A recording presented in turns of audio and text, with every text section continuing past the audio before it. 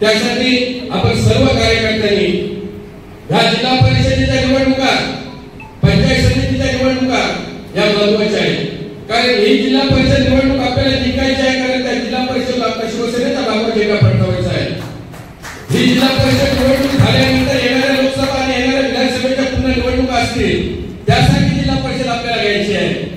आणि त्यामुळे आपण या विधानसभा मतदारसंघामध्ये असलेल्या 10 जिल्हा परिषद, 20 पंचायत समिती आणि 2 नगरपालिका ह्या आपल्याला जागा घ्यायच्या आहेत. त्यासाठी जे कोण इच्छुक असतील त्यांची तुम्ही गुप्त मीटिंग घ्या.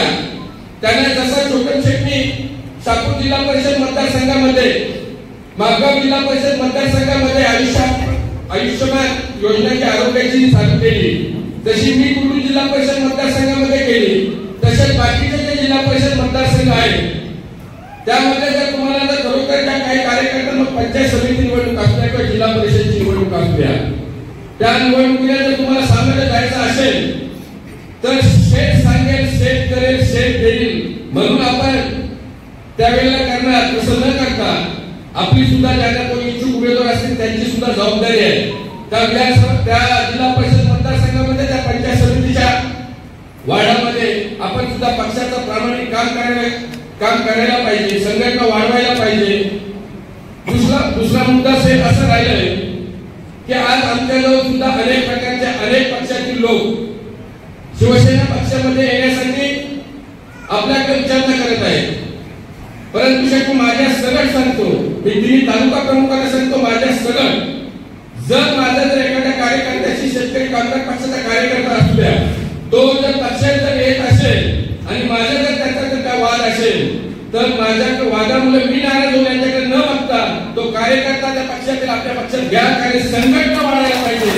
आणि निवडणुका फक्त आपण आपल्या पुढे 20 पदाधिकारी असं जर करून जर संघटना निवडणुकीला तुम्ही जर सामोरे जायचं ठरवलं तर कधी आपण विजयी होणार नाही. म्हणून मग राष्ट्रवादी काँग्रेस पक्षाचा कार्यकर्ता असू द्या, शेका पक्षाचा असू द्या, बीजेपीचा असू द्या, संघटना वाढवायची प्रत्येकाला, प्रत्येक पक्षाला अधिकार आहे.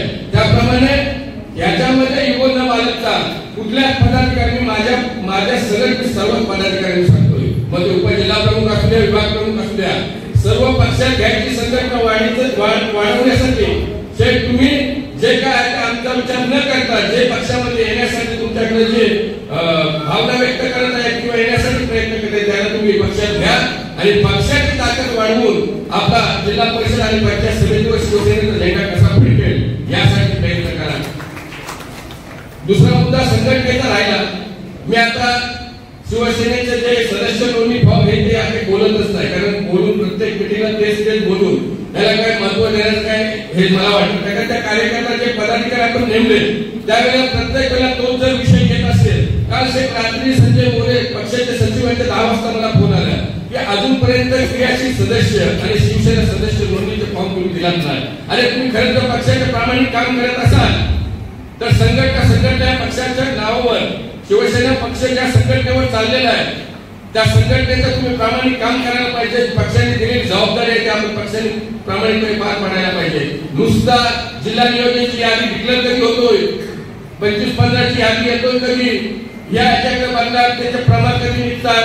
अरे हे मी तर शेख तुम्हाला सांगतो की गेल्या विधानसभा आणि लोकसभेच्या निवडणुकीमध्ये ज्या केंद्रावरच्या पंचायतच्या विभागामध्ये ज्या केंद्रावर मतदान झालंय त्या मतदानाप्रमाणे निधीचं वाटप करा.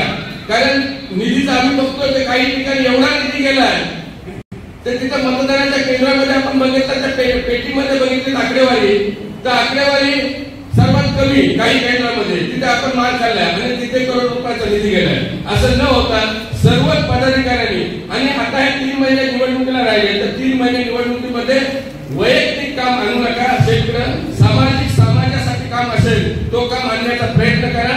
कारण निवडणुकीला सामोरे जाताना समाज हा महत्वाचा असतो आणि येणाऱ्या निवडणुकीमध्ये पक्षाचा प्रामाणिक काम होईल यासाठी आपण सर्वांनी पक्षाचं काम करूया आणि जिल्हा परिषद, पंचायत समिती आणि नगरपालिकेवर शिवसेना पक्षाचा झेंडा फडकवूया.